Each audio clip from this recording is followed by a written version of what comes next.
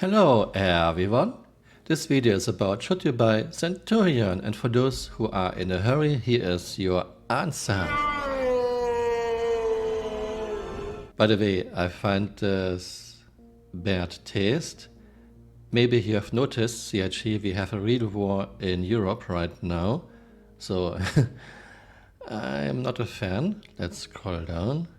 Some more information, some more pictures. Number 1, number 2, number 3. No fly zone. And we have explore. Let's start from the beginning. You are seeing it from the outside. You have your typical Atlas chassis, which is very bad. It has almost no ground clearance. I wish CIG would look at real 8x8 military trucks. You have medium armor that's not in a game. You have a turret with not much gun elevation. I think it's like 70 degrees and no gun depression.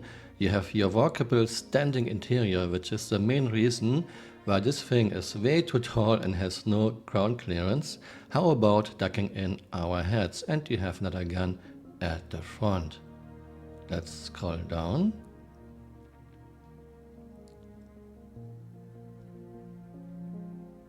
We have paints available. Of course we have paints available because CIG makes a lot of money with easy to do paints. Chris, we still want our hex code colors. And here are the prices, and this is my main critic. She is way overpriced for what she does. For just $6 more you can have a Cutlass Black. Yeah, I don't know why CIG makes ground vehicles so expensive. On the other hand, they are very cheap if you buy them in game for Alpha UEC. Right now you cannot buy Centurion, but she will be available, so I guess you wait until you can buy her in-game for Alpha UEC. Unless you want to buy her to support development of the game. This is my price with my local tax. You have a pack, I guess, Ballista and Centurion. Yes, Ballista, Centurion. And you have Militia pack. Okay, Centurion, Spartan, Ballista, Nova Tank, Cyclone TR, Cyclone MT. Not all very useful vehicles. And you have, of course, paints. And if you buy a pack, you get a discount. Okay, what paints do we have? Beachhead, we have Sandstorm and Ice Storm paint.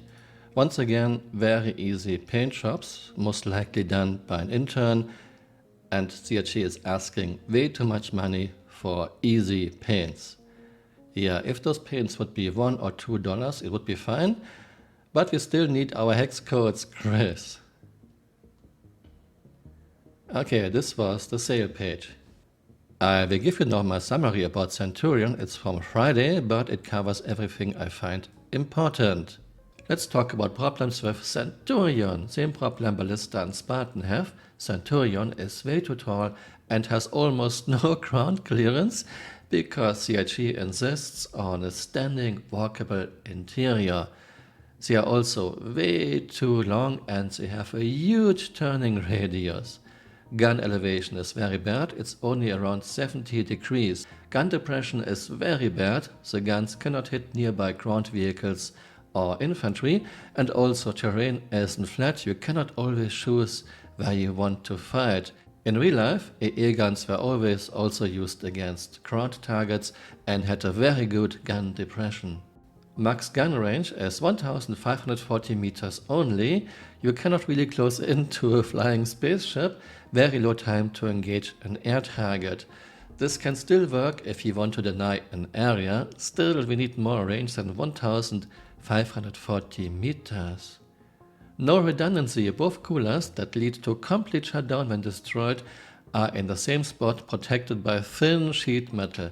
I never understood why CIG doesn't grasp the idea of redundancy.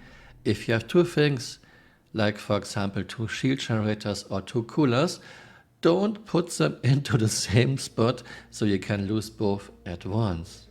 Only way to transport a Centurion right now is a Hercules or 890, not exactly very cheap, all because CIG makes those vehicles way too big. And Centurion is way overpriced, $113, almost as much as a Cutlass Black. If you want to check her out, I suggest you wait until we can buy her in-game for Alpha UEC. I hope you found this interesting and see you next time. Bye. Auf Wiedersehen.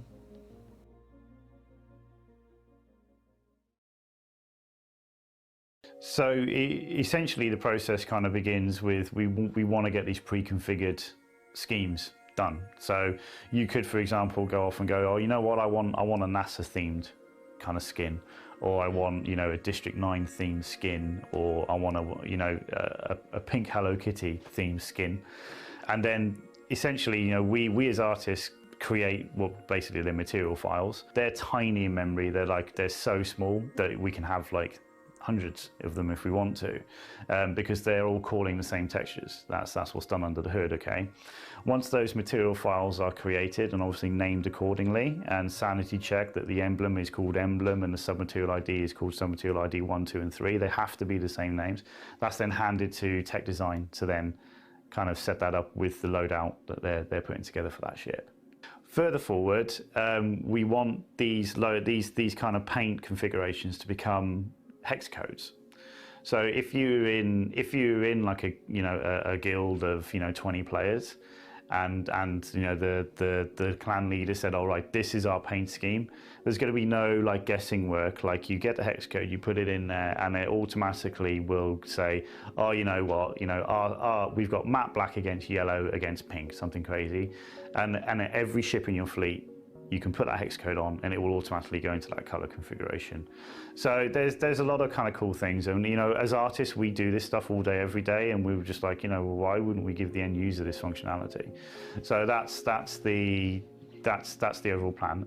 There is a lot of kind of very things you have to be careful with when you're authoring the shaders for this stuff, so it can accommodate these options, but we're on top of that, and that's kind of, yeah, it's good. That's what we're doing on the initial kind of burst of ships right now. I think it's really cool, and it's really amazing to see. Like today, I just kind of caught up with the guys and looked at what we're working on for that stuff, and there's like a fleet of 50 ships, all with different skins, all with different loadouts, and it injects color into the game. You can have your kind of personal things going on, which is kind of cool. Hey, you're still here. You might want to join me on Twitter. My Twitter account is Camural_SC.